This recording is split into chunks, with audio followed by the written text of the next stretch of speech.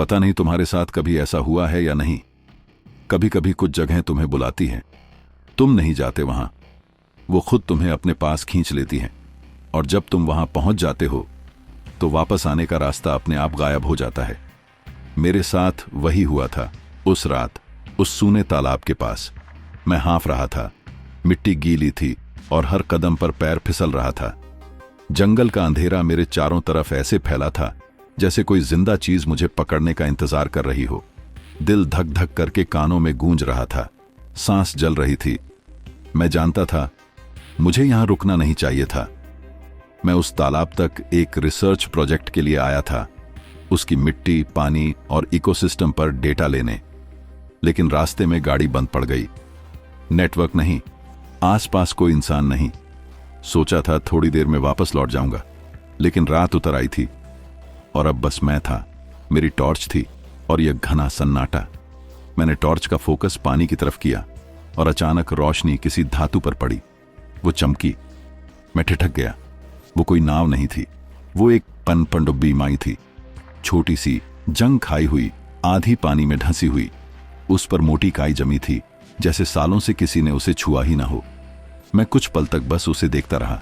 दिमाग में सवाल गूंजे, ये यहां कैसे आई? ये तो समुद्र की चीज है, तालाब में कैसे? फिर खुद से कहा, शायद किसी ने फिल्म शूट की होगी, कोई प्रॉप छोड़ गया होगा। पर सच कहूं, वो चीज देखकर अंदर से कुछ अजीब लगा, जैसे वो मुझे देख रही हो।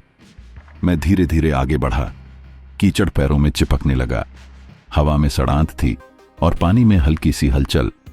मैं पनडुब्बी के करीब पहुंचा तो देखा ऊपर का हैच थोड़ा खुला हुआ था, बस 1 इंच। लेकिन अजीब बात यह थी कि उस पर काई नहीं थी, बाकी सब जगह थी, यानी किसी ने हाल ही में उम्बातों से छुआ था।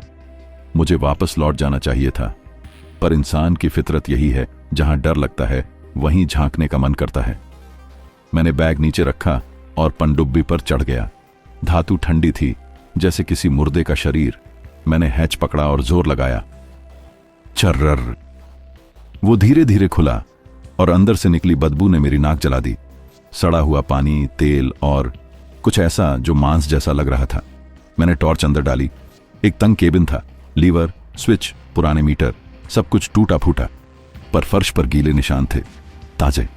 मैं रुक गया और तभी एक आवाज आई, खर्रर खुर्रर, जैसे कोई धातु को धातु से रगड़ रहा हो। वो आवाज पनडुब्बी के आगे वाले हिस्से से आ रही थी। कोई है? मैंने कांपती आवाज में कहा। आवाज थम गई और फिर सन्नाटा छा गया, इतना गहरा कि अपनी सांसों की आवाज भी डराने लगी। मैं पीछे हटने ही वाला था कि अचानक धाम, हैच अपने आप बंद हो गया। अंधेरा, दम घुटने लगा। मैंने हैच को धक्का दिया, वो हिला तक नहीं, जैसे किसी ने बाहर से बंद कर दिया हो। टॉर्च कांप रही थी, रोशनी बार बार बुझने जैसी हो रही थी। और फिर वो आवाज फिर आई, कर्रर, लेकिन इस बार पास से, बहुत पास से। अब वो दीवारों से नहीं, मेरे पीछे से आ रही थी। मैं धीरे धीरे मुड़ा। टॉर्च की रोशनी कांपते हुए जिस पर पड़ी, वो देखकर मेरा दिल थम गया। वो इंसान जैसा था, पर इंसान नहीं था। त्वचा सफेद और फूली हुई, जैसे महीनों तक पानी में डूबी हो। आंखों की जगह 2 गहरे गड्ढे, लंबे पतले हाथ और उन पर झिल्लीदार उंगलियां। वो जमीन पर रेंग रहा था, नाखूनों से फर्श को खुरचता हुआ। खर्रर खर्रर। मैंने चीखने की कोशिश की, लेकिन गला सूख गया। मैं पीछे हटते हुए दीवार से जा टकराया। अब कोई रास्ता नहीं था। वो चीज रुक गई। उसका सिर अजीब तरीके से एक तरफ झुका और उसके मुंह से कुछ निकला।